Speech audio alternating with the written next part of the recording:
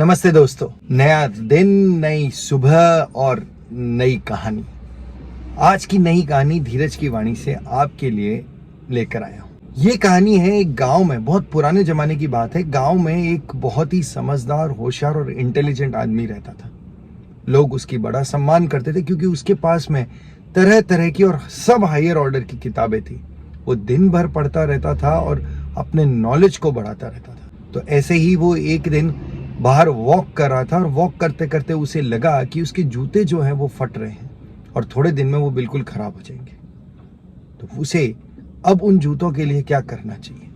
वो घर गया और उसने किताबें छानी। सारी किताबें छानने के बाद में उसे ये पता चला कि इन जूतों को ठीक नहीं किया जा सकता, इनके लिए केवल नए जूते ही खरीदने पड़ेंगे। क्योंकि उसे चलना बहुत पड़ता था और इसलिए उसको एक अच्छे जूतों की जरूरत थी। बहुत ही शानदार जूते चाहिए थे उसे, ताकि वो उसको मदद करे, कंफर्टेबल रहे और कहीं भी आने जाने में उसकी मदद करे। तो उसने सोचा कि अगर मैं डायरेक्टली ऑर्डर कर दूंगा तो कुछ गलत चीज आ जाएगी, और वो गलत जूते नहीं लाना चाहता था, वो परफेक्ट जूते पाना चाहता था। उन परफेक्ट जूतों को पाने के लिए उसने खूब सारी बुक्स सर्च करी और खूब सारा नॉलेज गेन करने के बाद उसे लगने लग गया कि अगर उसने ये सब किताबें नहीं पढ़ी होती तो शायद आज वो गलत जूते ऑर्डर कर। इन किताबों ने उसे सही जूते बता दिए कैसे लेने।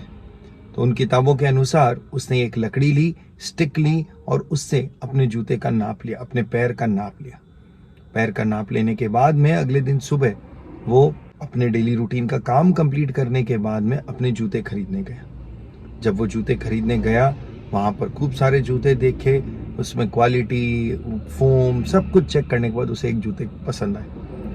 जैसे ही वो जूते खरीदने लगा तब उसे याद आया कि जिस स्टिक से उसने अपने जूते का नाप लिया था वो स्टिक तो घर पे ही रह गई है। तो उसे घर जाना पड़ा।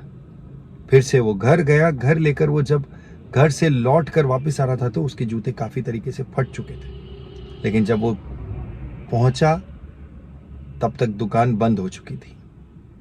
तो उसने फिर सोचा अब अगले दिन सुबह आना पड़ेगा। अगले दिन सुबह वो फिर लौटा, लेकिन अब जूते बुरी तरीके से फट चुके थे और उसे नंगे पैर ही जूते लेने आना पड़ा।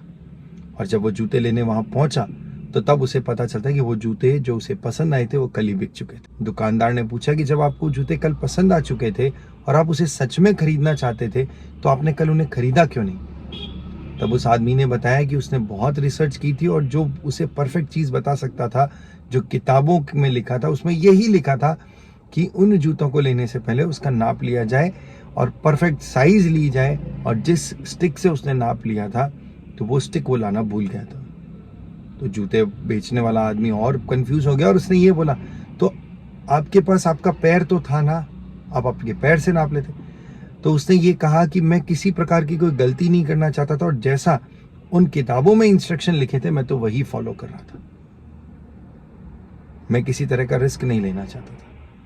तो जूते वाला आदमी हंसने लग गया और उसने ये कहा कि कई बार नॉलेज के साथ साथ आपको कॉमन सेंस की भी आवश्यकता होती है।